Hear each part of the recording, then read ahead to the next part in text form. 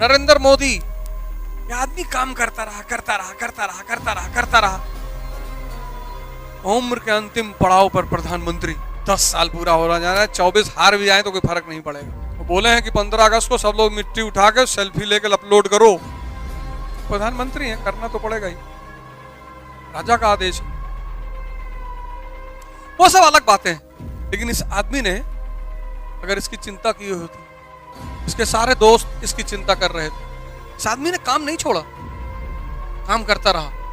भगवान को मजा आ गया कि यार गजब आदमी हो यार, ये नरेंद्र मोदी की खासियत है, ये चीज तुम उनसे सीख सकते। रिजल्ट तो तुम्हारे हाथ में है नहीं तो हम टीचर बनते। ये चीज भगवान ने अपने हाथ में रखी है, नहीं तो राहुल गांधी प्रधानमंत्री होते नहीं होते, जिनका पूरा खानदान प्रधानमंत्री है था।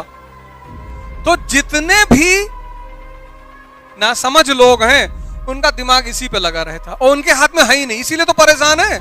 98% लोग इसलिए परेशान हैं क्योंकि उनकी नजर इस पे है। अब बिना फल की चिंता किए काम करना महानता का लक्षण है। इसकी जो भी चिंता करेगा वो कुछ नहीं कर पाएगा। तो चिंता किसकी करना है? कर्म की।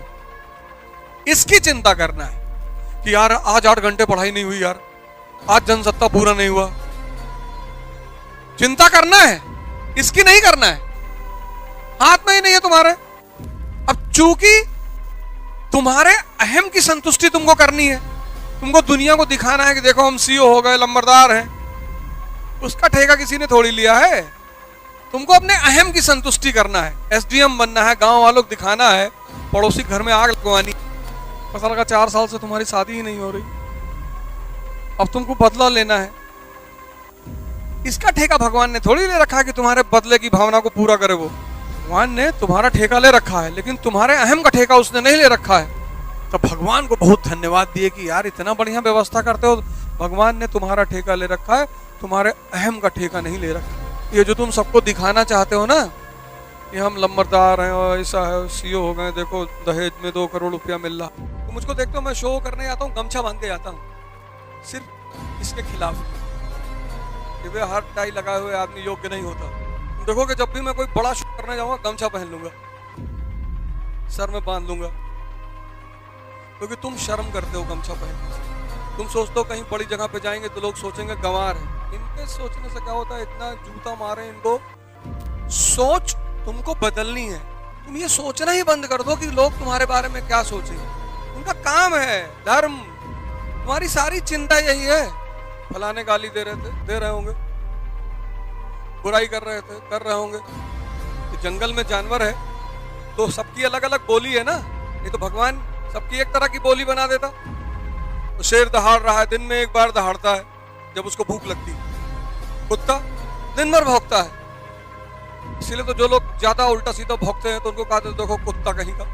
तो अब कोई भौंक रहा है तो उसका ठेका ले रखा है। हम पहली बार अमेरिका का वीजा मांगे, दिए ही नहीं, सब देते ही नहीं किसी को। और हमसे वैसे भी पाकिस्तान की मोहर लगी पासपोर्ट में। Why you went to Pakistan? मैंने कहा जी जमीन खरीदने गए थे। जमीन? वहां क्यों जमीन खरीदोगे? मैंने कहा यूनिवर्सिटी बनाएंगे। हमारी जमीन है। और यू आर टॉकिंग रबिश। और तुम क्या चाहते हो? तुम जो आंसर सुनना चाहते हो वो बताएं। हमारी जमीन है भैया, लाहौर। हमारा एक्टर जाके वहां नल उखाड़ आया था।